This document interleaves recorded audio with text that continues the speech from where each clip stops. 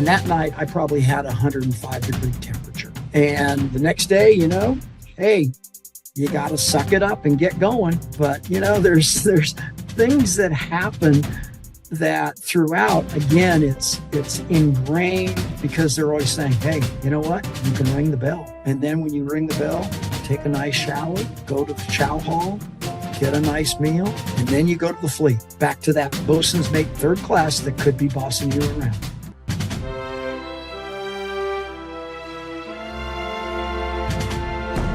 Welcome to Mindset Lessons from the Field. I'm Gina Kazaza, the author of the upcoming memoir, Training with a SEAL. Today's guest is a retired Navy SEAL veteran. He served during Operation Desert Shield and Desert Storm, in addition to making a deployment with Underwater Demolition Team 11. His awards and decorations include Navy Commendation Medals and Navy Achievement Medals. And I'm really excited to have him on the show. He has a really, really interesting story and background that I'm really excited to get into. Ladies and gentlemen, I introduce Gary Rossi. Thank you so much for being on my podcast. It is a pleasure to do this. Absolutely. Thank you. I want to dive into your story right away, really get into the meat of everything, because I just really feel like a lot of people can learn from your story. I think it's really interesting in the background that you had and the challenges that you went through. And I just feel like our 20s and early teens and stuff, they're in those college years really can get us into trouble. And also we can feel a little bit lost. We could lose a bit of direction. And it seems like you kind of went through a period like that. And I wanted to know how you ended up coming. Well, why don't you tell us a little bit about that period of yours where you got into a little bit of trouble and how you went back on course a bit. If you look, it's funny because if you read any books or listen to any guys in the teams, we've kind of ended up in the teams because we've had challenges in our lives. And I think we've overcome them. I went to the United States Naval Academy. When I went to Navy, I held it on a pedestal. I found out through a newspaper article that I didn't get selected to Navy the first year. I was kind of a little bit, I wasn't really devastated, but I was taken aback. However, I was given the opportunity to go to a prep school and then finally get in, which was great. I spent 3, fantastic years at Navy. My measure of success, like I always like to share, is that, and I was oh my goodness, I'm going to date myself. So this was back in 1976. So I was probably 23. And I felt that the measure of success at Navy was to be in the Striper organization. I was a sub commander during plebe summer, so I got to train the plebes. And then during academic year, I didn't get selected. I kind of felt that I was slighted. I was immature. I'll say that right off the bat.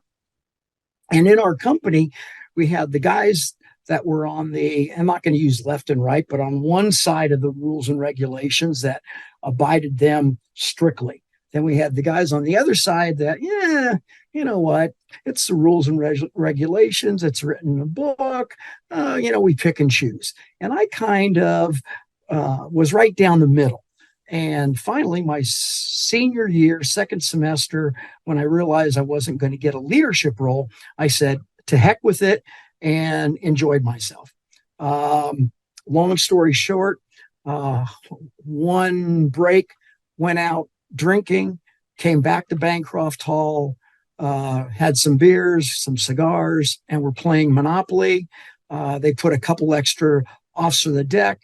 They found one officer deck found us, knocked on the door, of course, because there's cigar smoke coming out from underneath the door. It's kind of hard to miss.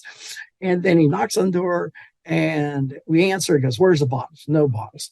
Needless to say, we lied about the situation. And uh, a lot of different things happened in that. Um, Ultimately, we were both separated. During that process of adjudication, there was a gentleman for SEAL Team One. He was a lieutenant. He was getting transferred. Great guy. Used his name, George Berry, fantastic officer and a good friend. And he goes, Gary, if you don't get what you want, let me know. Well, George kind of he made me, as I jokingly say, the head degenerate of all the degenerates that were awaiting adjudication at that time during that summer. Um, I finally got separated. I went to work at the high rise, which was a bachelor enlisted quarters as an undesignated seaman, an E3, and I was the seventh floor janitor. Probably did that, I think, for a month. And then I got orders and I was going to an ammunition ship in Earl, New Jersey as an E3 seaman. Got those orders, immediately went to a payphone and called George and say, George, help. And this is like on a Thursday. He goes, okay, give me a day. So he calls me back on Friday and goes, okay, Gary, here's what we got. You're going to go to the old Washington Naval Yard. You're going to take your PP&O2 test. Tuesday, you're going to go to EOD school, which was then in Head, Maryland. Take your physical screening test, or as we call it, the PST. Wednesday, you're going to have an interview with the SEAL enlisted detailer. And if everything goes well with that, then you'll probably get orders and be gone, come back to California by the end of the week. And I said, that fast? He goes, yeah, we can make it happen. Did all that, talked to the Master Chief Detailer, and he goes, hey, what'd you do? I go, oh, we were drinking in the room and we lied about it. First comments out of his mouth were, you're going to be a good fit in the teams. So I said, okay. And sure enough, I got orders on Friday. And I always joke is that the Master Chief who I worked for at the beginning, when I said I was going to get my orders changed, he goes, you're never going to get it done that fast. And when I went down to get my new set of orders, he goes, oh my gosh. And then he says, do you know what you're getting yourself into? I had no idea, but I figured it was better to get physically beat up on a day-to-day basis. And please, although if there's any bosun's mates out there, I don't say this derogatorily, but you know that I would rather get physically beat up than being on a ship as an undesignated seaman, having a bosun's mate third class boss me around. And I probably should have gone that way, but no, I didn't. Anyway, I went to Bud's, and honestly, that was the best thing that has ever happened to me. And that's really kind of the essence of my makeup and what I have been able to achieve throughout my naval career. Other challenges. I went through Bud's. I did a lot of neat stuff because the command, UDT 11, was there supporting me, basically knowing that I was almost an officer and that with my performance, they really supported me to get my commission back. Bud's, I walk in and everybody, it's amazing how news travels. So as soon as I walked in the quarterdeck at basic underwater demolition SEAL training, everybody knew I'd gotten kicked out of the Naval Academy, and everybody took pot shots.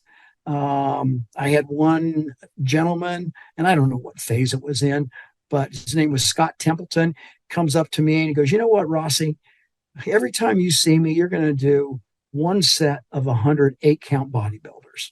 And Gina, you know what a bodybuilder is, right? Mm-hmm. So we played cat and mouse around the grinder. Every time I saw him, I go the opposite way. So I didn't have to do the 100. I don't even know to this day if I completed those 1,500 8-count bodybuilders. But there were many times that even the staff at the time recognized where I was almost at and knew I may not be the leader in the class, but I could be somebody to go to. I was kind of like the roommate and swim buddy of the class class leader, so we always talked about different stuff. Then during dive phase, uh, you know, we always have foreign nationals come in to basic underwater demolition SEAL training. And if those foreign nationals don't pass, there can be various serious ramifications to them when they go back to their countries. So I forget, it was one day. I have two great guys. One was a Senior Chief Hubbard. The other one was Chief Hogg. And I think it was during scuba phase. And they go, Rossi, get over here. And I go, yes, Senior Chief. What you got? They go, guess what? And I don't know if they say it, but I always kid that I have another unique opportunity to excel. And we had a sailor from Morocco join the class, and he became my swim buddy. And they basically told me if this young man graduated, I would graduate, or I would get out at least dive phase. And he goes, if he doesn't, you don't. I go, okay, that's a challenge. Can you reconsider? Of course, they're going to say no. And, I became his dive buddy. And people love this story. Is we would have a weekly 1.5-mile swim with fins. So we'd go in the surf zone at the South North Island fence. And then we'd go out through the surf zone, swim 1.5 miles, and then come back through the surf zone just behind the Bud's facility. So going out through the surf zone, no big deal. But he was skinny as heck. And then swimming down, normally my old swim buddy and I were always in the top 4. Not so much anymore. And, I don't remember us being last. But we weren't in the top of the pack anymore. Mm-hmm. However, coming back through the surf zone was a different story. And one time, the young man would just yell and scream, and I don't want to do it. And basically, after that first time, I say, okay, just shut up. I'm going to grab your buoyancy compensator and pull you through the surf zone. And I don't want to hear anything until we get to the beach. And of course, the instructors are on the beach. So every time after that, we get close to the Bud's camp, I grab his BC from behind, pull him through, and just before we hit the surf zone, all I would hear is, Rossi, don't make me do this. Rossi, don't make me do this. And I would go, shut up. Just get a breath, and we're getting the beach, and it's not going to take some. And you know what? He graduated. He's in our class. And that was one of those challenges. And there's always other challenges that we have during going through BUDS, whether it be first phase, second phase, third phase, that we have to overcome.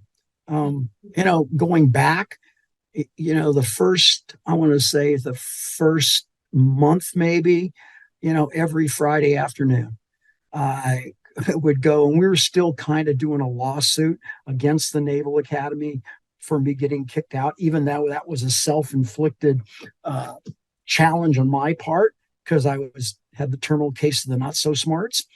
And I would talk to my mom and I go, get me out of this crazy place. This place is insane. And then after a while, I had a great bunch of classmates and boat crewmates that appreciated what I was going through. And they were very supportive of me and my challenges. And after a while, it's just, okay, you're here. It's don't ring the bell. And I started something. I'm going to finish it, and I'm not going to ring out. Because not only would I let myself down, I would let my boat crewmates down. because they supported me in this today. Our boat crew continues to talk, whether it be on LinkedIn, on Facebook, phone calls. We all connect with each other. And there's a acronym that we use, LLTB, long live the brotherhood. And they truly helped me get through that. And then once I got through that initial phase, hey, we did really well together. So, and then that kind of perpetuated with the mindset is, BUD/S isn't really about physical fitness. Yeah, you have to be in good shape. And I train individuals that want to be Navy SEALs. It's really about people now being an athletic coach in the past. There's so many consultants out there that talk about mental toughness. Mm-hmm. And that's what BUD/S is all about. And we didn't have, now the teams have coined the 4-step process for mental toughness as establishing a goal, having, oh my gosh, senior moment, but having a goal, visualization, and then positive self-talk, where, the instructors are not going to praise you. They really aren't. So your boat crew mates have to, and they're going through the same thing, so they might not be there for you. Then you've got to do it yourself. And then the final thing is breathing. And once you breathe and kind of center yourself, it's back to the beginning. But we never had that. We just kind of went from one evolution to another, and hope to goodness we survived. Sorry, go ahead. That's okay. No. You talked about mental tough. It's not as much endurance as it is mental toughness, right? And for you, it sounded like you were fighting your mind frequently throughout BUD/S with those phone calls, some to get out of there and all that. So how did you develop that mental toughness to keep on going? And I know you mentioned the team around you, but what happened internally to you to make that switch that developed that mental toughness to keep on going? Because for me, I just remember there was this one point in training where we had to do a bunch of push-ups, and I saw the person next to me stop, just flatline, just go down, and I was like, oh my God, that looks so good. That looks like a nice break, Kyle. That looks great.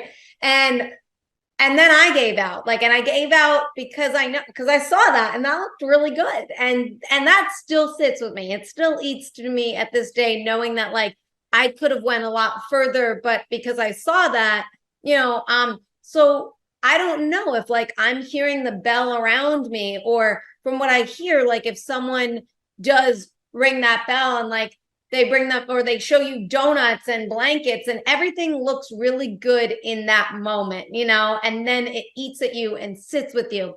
So what I want to know is, how did you fight that? How did you fight your mind to keep on going? One, I was not going to let my boat crew mates down, because I became an integral part and a good teammate in that boat crew.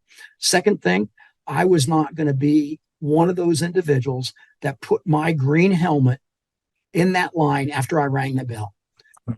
The third thing is being the opportunity to wear this, to be in the opportunity to get my trident, because that ultimately was now what I was there to receive.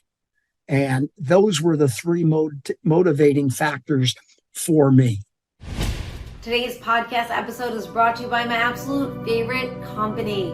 If you know me or seen videos or photos of me, then you know I always have one on my wrist. I absolutely adore this company. DiscoverOmnia.com. DiscoverOmnia.com is the world's first smart crystal bracelet.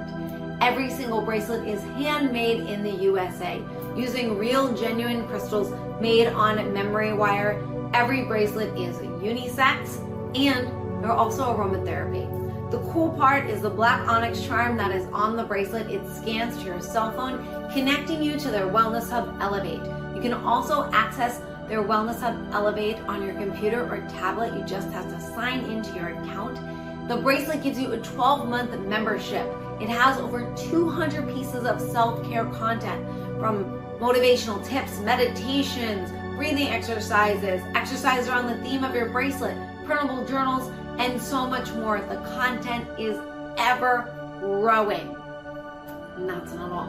The bracelet also gives you lifetime access to their Elevate Together Club, which meets monthly via Zoom. Each month is themed to give you actionable takeaways to elevate your life.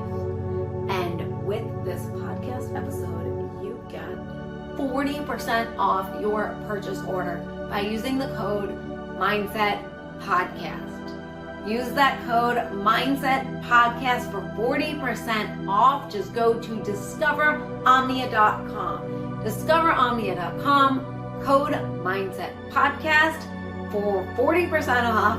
Get your bracelet today.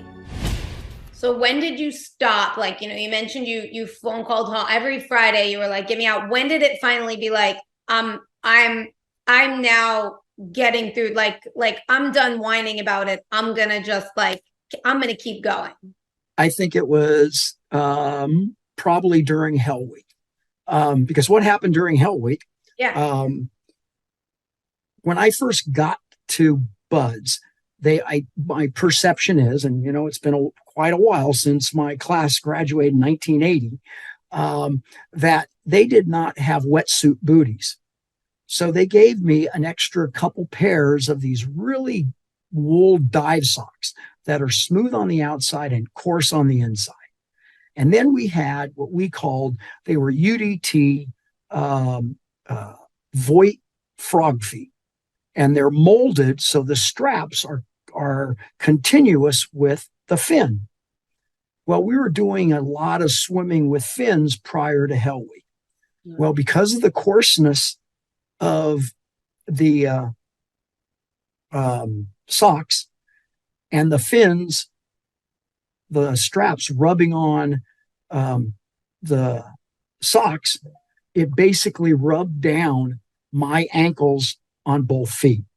So when I went through Buds, they were rubbed raw. So by Thursday night of Hell Week, I had a major case of trench foot and cellulitis. I believe Thursday night when we did a medical check, they literally had to cut off my boots of my feet. And then I had one more day of training. And, everything's up for grabs at Buds. And we were marching into Chow that night. And we come by the headquarters of the Fib School.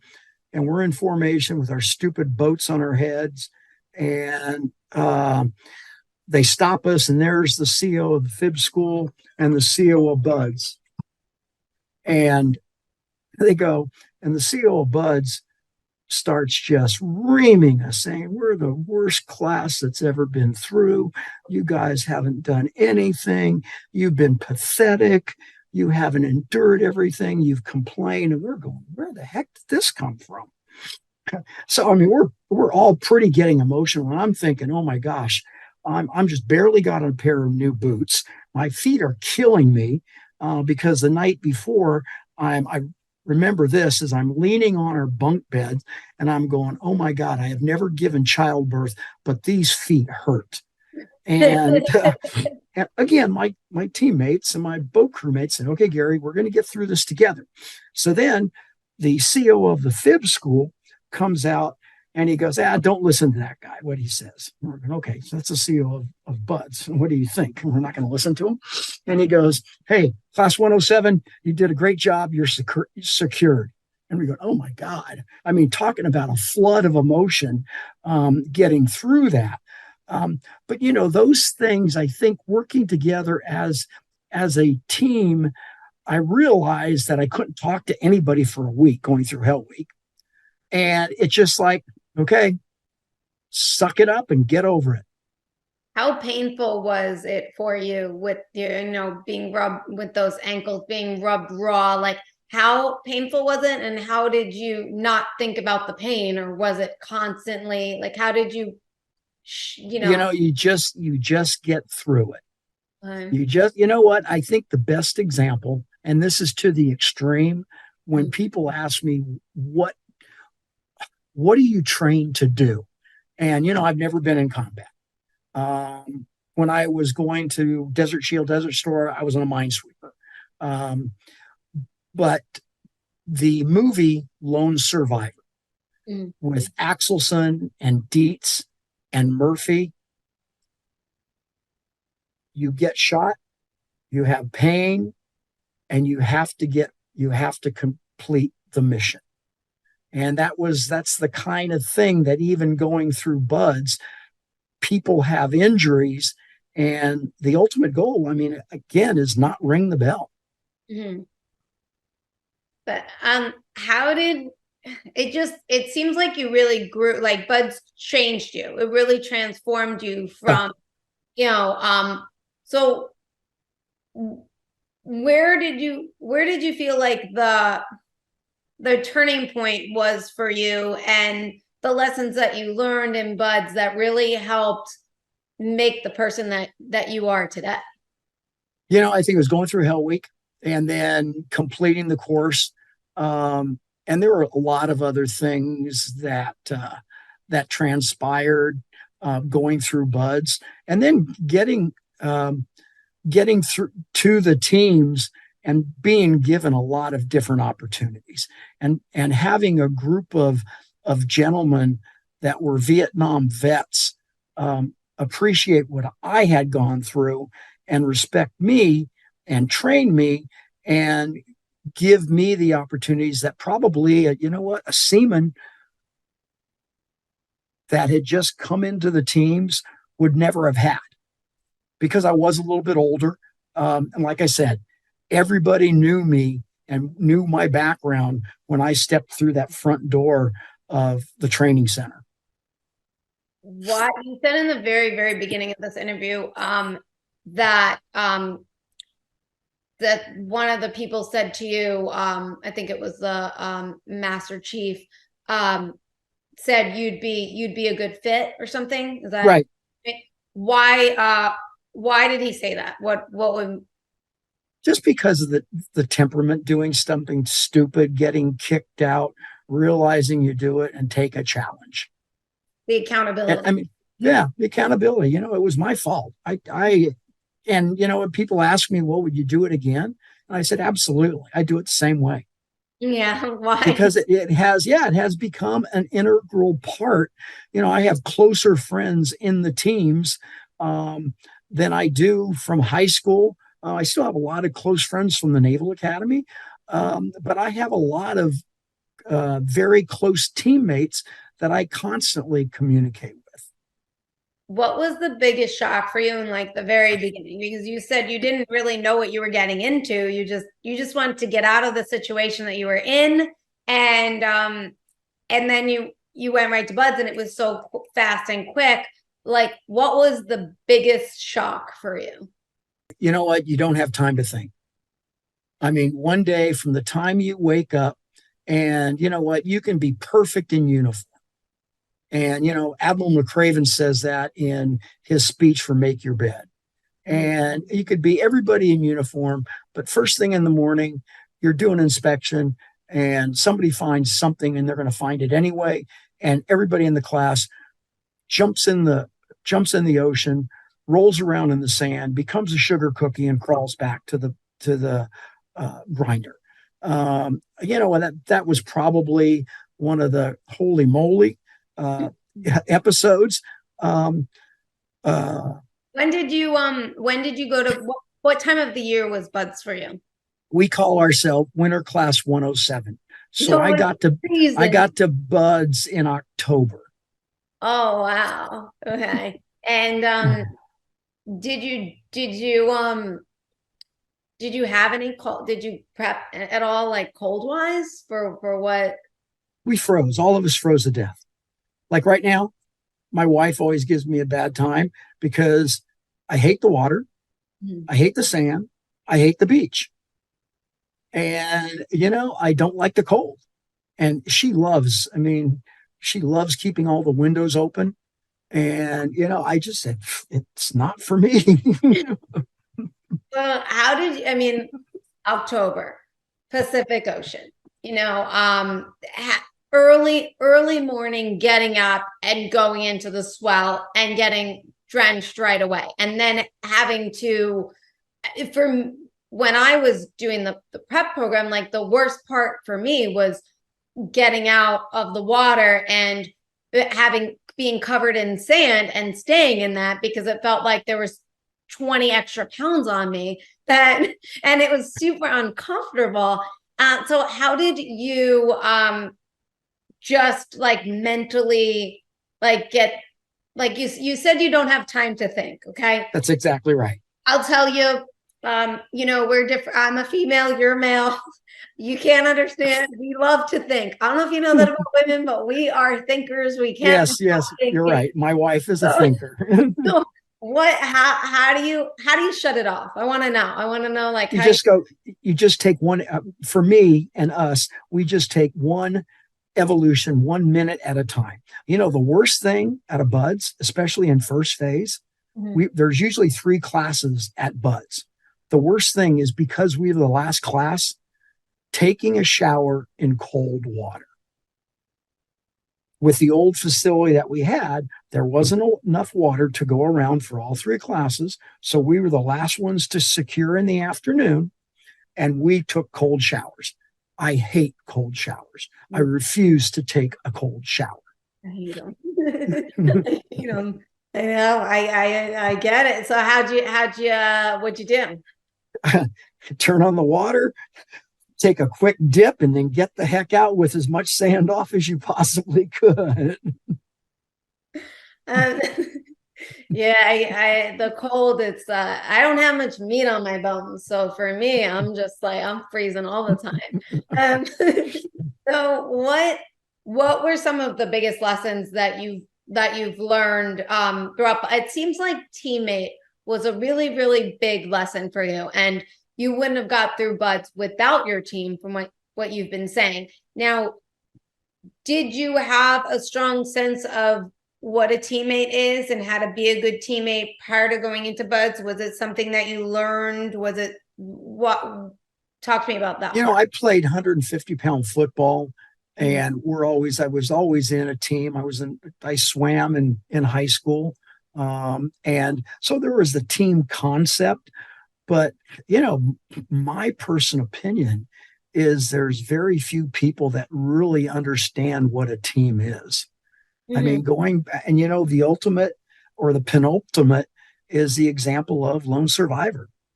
Those were teammates, and they were there to the ultimate end. And they never gave up on anybody. And that is what's ingrained in us going through buds.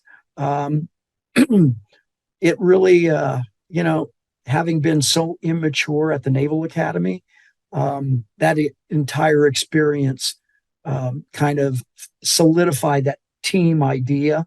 And I tried to use that as a coach over a variety of different teams that I've coached. When you mentioned your boat crew and how tight you were and the camaraderie that you guys had, was there anyone that was how I put that, like, negativity is a cancer? Was there anyone in there that was like a cancer for you? That Absolutely. Yeah. There was one gentleman that the night before we got into buds, he and I roomed together at a hotel in Coronado. And he was from Long Island. From my home area, Long Island. He thought he was the toughest son of a gun.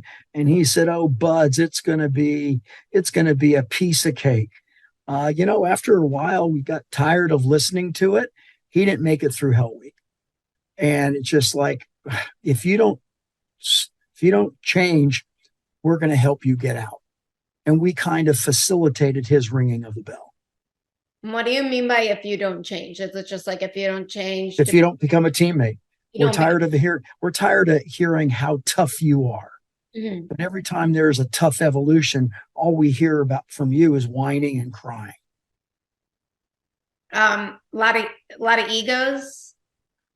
Oh yeah, there are egos. Yeah, Yeah. there are ego. Oh yeah, there still are egos.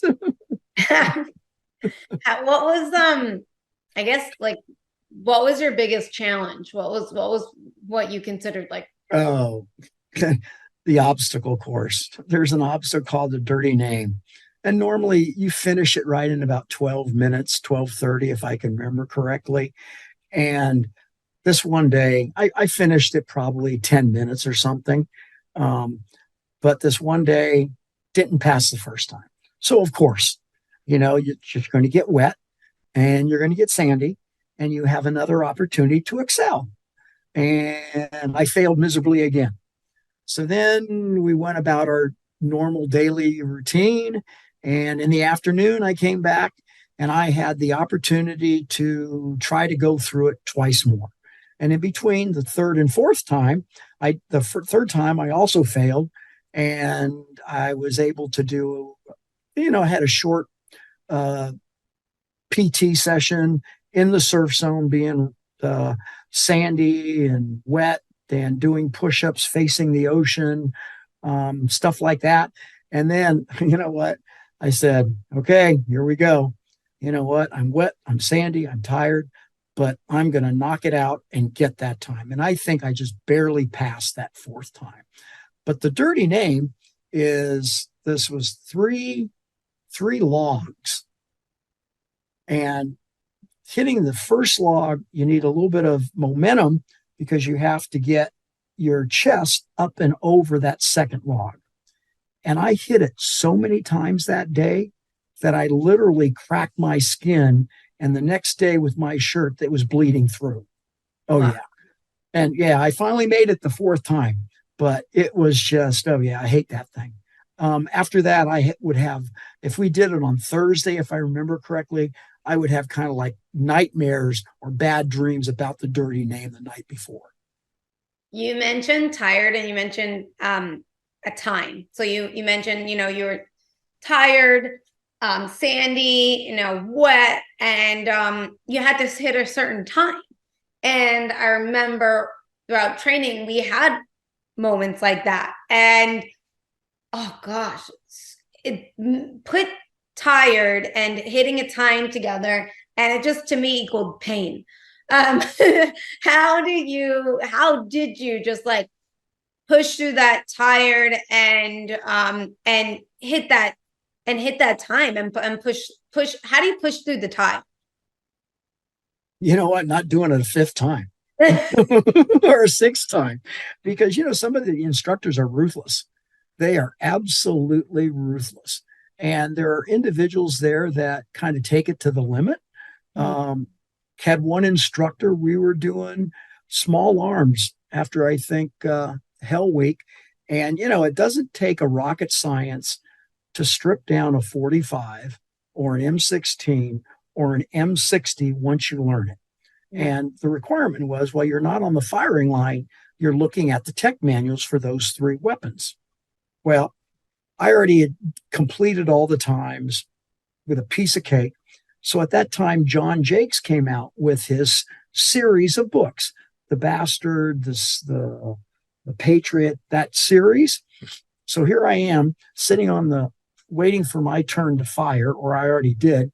And I have the John Jakes book in the manual. And I'm reading the book, and I have this one instructor, and he looks at me, hits the training manual, and there falls the John Jakes. Son of a gun, I got caught. So he holds me up and he says, okay, after we're all done, you and I are going to have a little special remedial session. And it had just rained in our firing range down in Imperial Beach. So between the firing line and the targets, there was nothing but mud and muck and stuff. So, we had a little physical fitness training by doing somersaults and frog hops and a bunch of different rolling and stuff like that. And then we got into the cattle car, maybe it was a bus, and he had everybody in the class roll all the windows down. And I was standing in the middle of the bus from Imperial Beach to Coronado, which is probably about in a bus, probably, I don't know, 20 minutes, a half an hour. And then when I got home or got back to Bud's, we had another session in the ocean. And that night I probably had a 105-degree temperature. And the next day, hey, you got to suck it up and get going. But, there's things that happen that throughout, again, it's ingrained. It was ingrained in us because they're always saying, hey, you know what? You can ring the bell. And then when you ring the bell, take a nice shower, go to the chow hall, get a nice meal, and then you go to the fleet, back to that bosun's mate third class that could be bossing you around. And I said, you know what? Yeah, I think I'll stick it out. Someone said,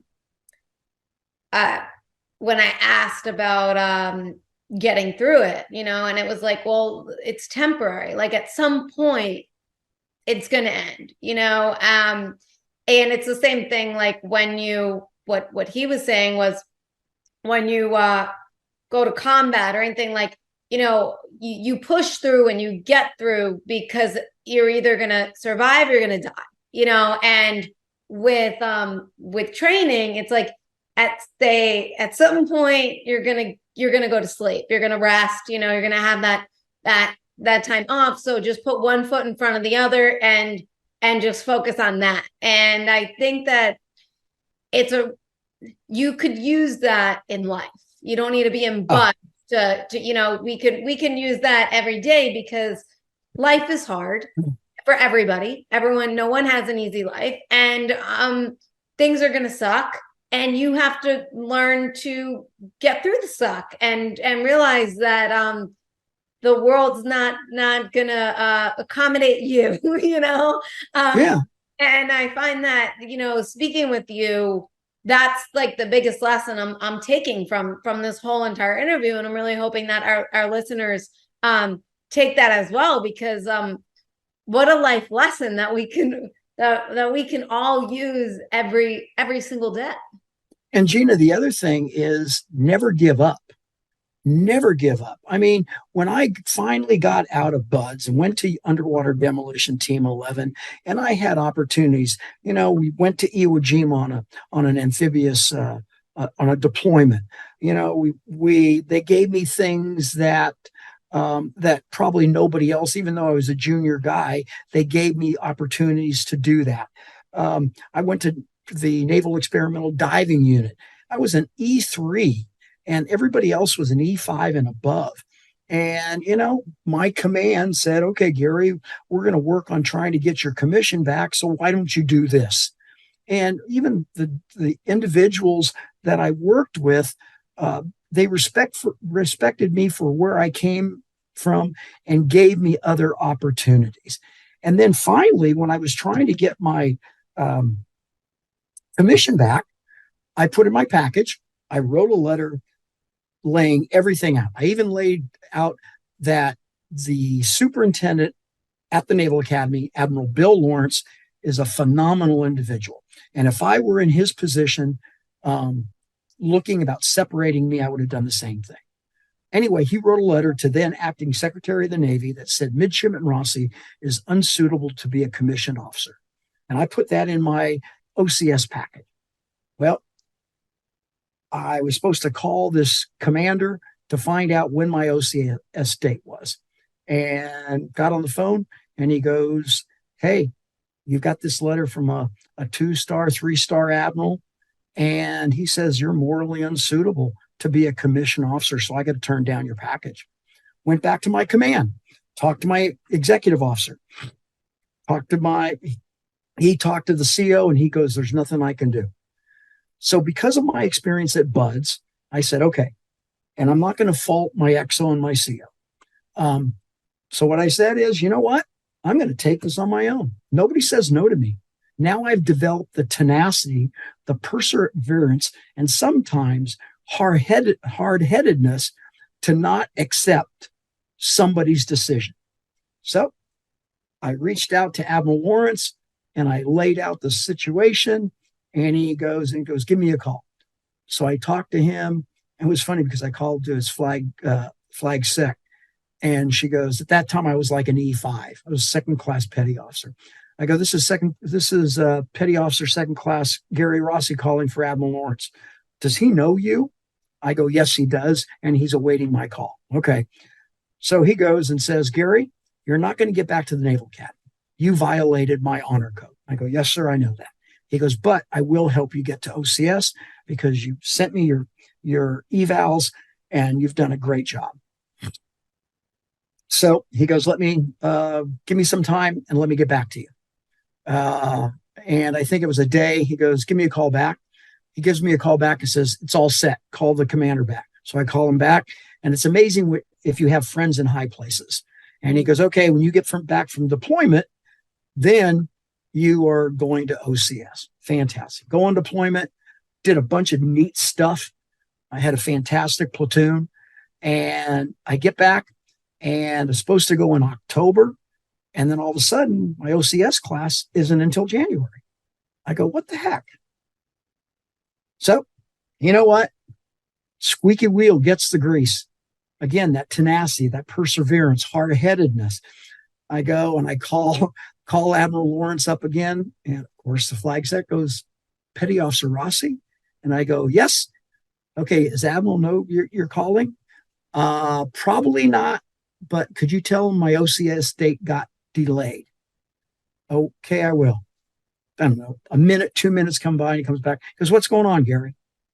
And I told him my OCS date. And he goes, where are you at? And I was on the way to go on vacation. And I can vividly remember this. I'm on the telephone booth at the Naval Exchange on NAB Coronado in that phone booth talking to him.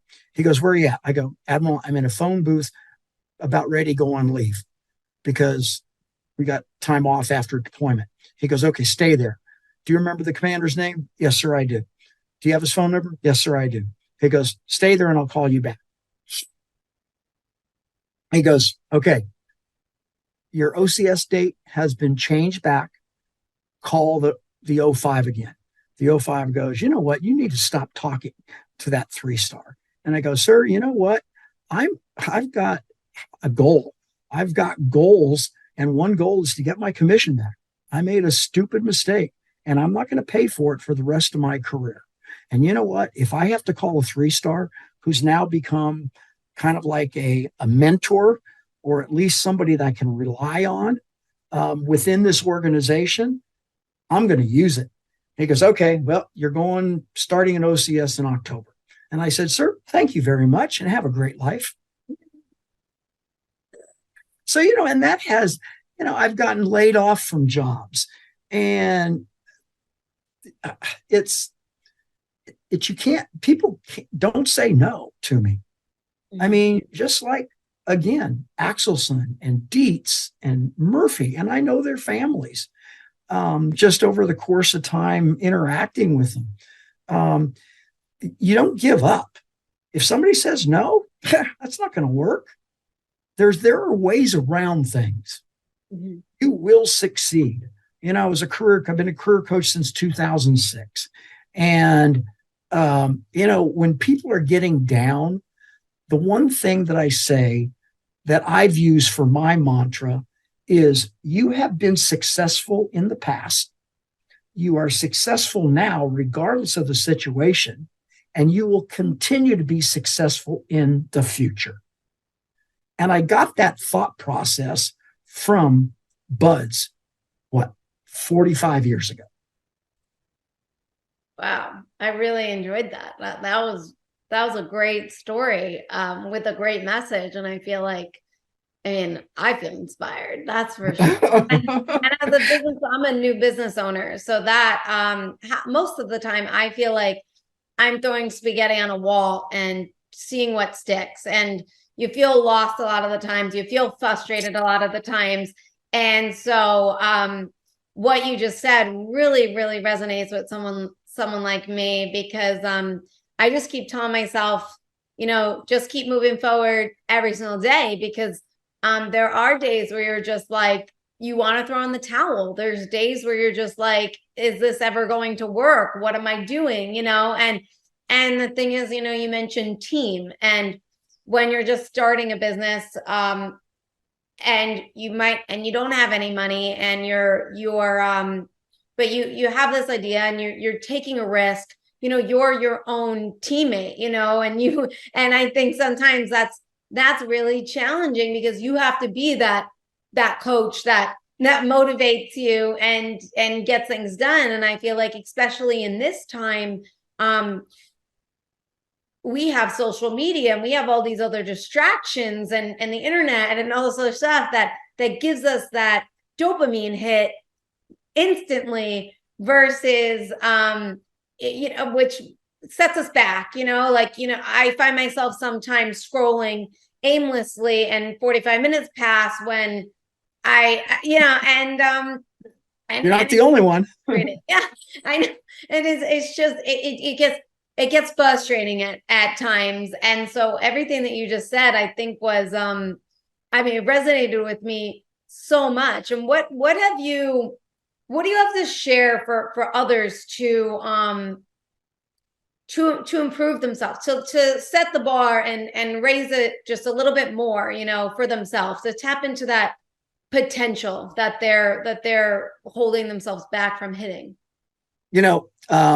When I was on active duty later in my career, I got involved in consulting, internal quality consulting in the Navy. And then I had the opportunity to take Stephen Covey's 7 Habits of Highly Effective People, and became a Covey facilitator. Mm-hmm. And I think even now I'm a director of an Edwards leadership program at Cal Maritime in Vallejo, California. And I'm also I'm kind of the official title is the engine company officer. So I have about 283 cadets, freshmen through seniors, that I oversee, even though I have cadet leaders, and I treat those cadet leaders like my division officers and department heads when I was on active duty.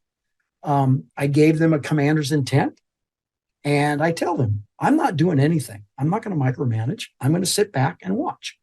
And if there's anything that I think is going astray, then you'll probably hear from me. So you probably don't want that to happen, because you know what my intention is. And with that being said, that private victory of Covey, going from dependence to independence, of habit 1, being proactive, taking the first step. If something is not looking right, fix it. So many people just lay back and let life happen to them. Habit 2, you know what? Habit 3 is put first things first. Begin with the end in mind. You know what? I tell the freshmen, what do you want to do when you graduate? If you want to set yourself up to be in a position that you really want, start networking now. I had the opportunity to meet in another area that I did in quality, Harvey McKay, who is the CEO and president of the McKay paper company in the Twin Cities. And he wrote a book on dig your well before you're thirsty, about networking. So dig your well now, so that you are beginning with the end in mind professionally now, 4 years. So you have 4 years. Don't waste it. And then finally, put first things first. And there's a lot of different things about putting first things first. Don't be so focused on schoolwork. And that's important, because you have to get good grades to graduate. But other things, be diversified. And that kind of comes hand in hand with habit 7, with sharpening the saw. What are those things that you're doing intellectually, psychiatrically, you're mentally, physically? Are you working out? Are you getting 8 hours of sleep? And those things, that private victory of being proactive, beginning with the end in mind, and putting first things first has really, really been, along with my tenacity, my perseverance, and hard-headedness, which my wife would agree, are those things that have really helped me be successful. Wow. Yeah. And being consistent, Mhm. being consistent in doing so.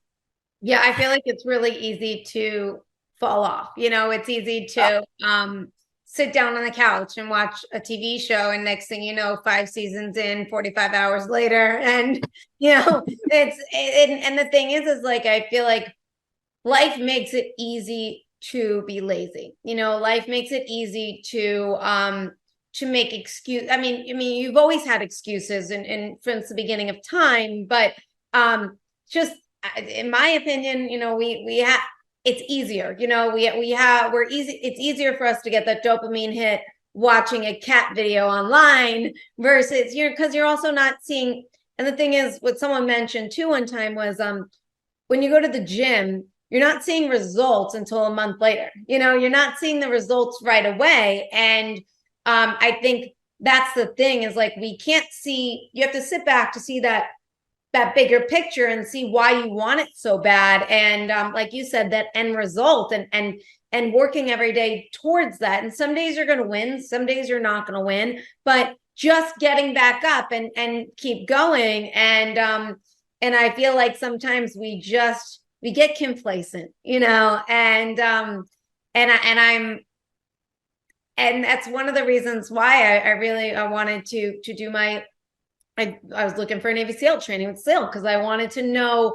I always want to get stronger. I always want to develop my mind and my physical body because sometimes I feel really weak. I feel like really, really weak sometimes physically and mentally. And I'm always looking for ways to level up, to get stronger and beat it because a lot of times my mind is winning and I don't want it to win anymore. My favorite quote, and I've actually got a couple of them. Like, there's no yesterday was an easy day, or easy day was yesterday. That's so bad I can't remember it, and that's one of our, from John Paul Jones. Oh my goodness, senior moment. Or the other one that I have is from Teddy Roosevelt, "The Man in the Arena." Oh, I love that one. And Brene Brown, "Braving the Wilderness." Those all resonate with me because, granted, you may have a supportive structure, but you have to do it individually, and you have to be strong personally. And everybody wants to talk about leadership, about nurturing their employees or nurturing their team, and that's great because I believe in that. But if you're not doing the same thing or doing those things yourself, I am a big proponent of leading by an example. Mm-hmm. When I was on active duty, especially when I got out of the teams and went into EOD and other different things, you know what? Guys knew I had been in the teams, and they would come up to me and they would go, when I was an executive officer, they would go, "XO, we're going to beat you." "No, you're not. I'm 20 years older than you, but you're not going to beat me." And they never did. It's just because, you know what? You have to be prepared all the time for those challenges.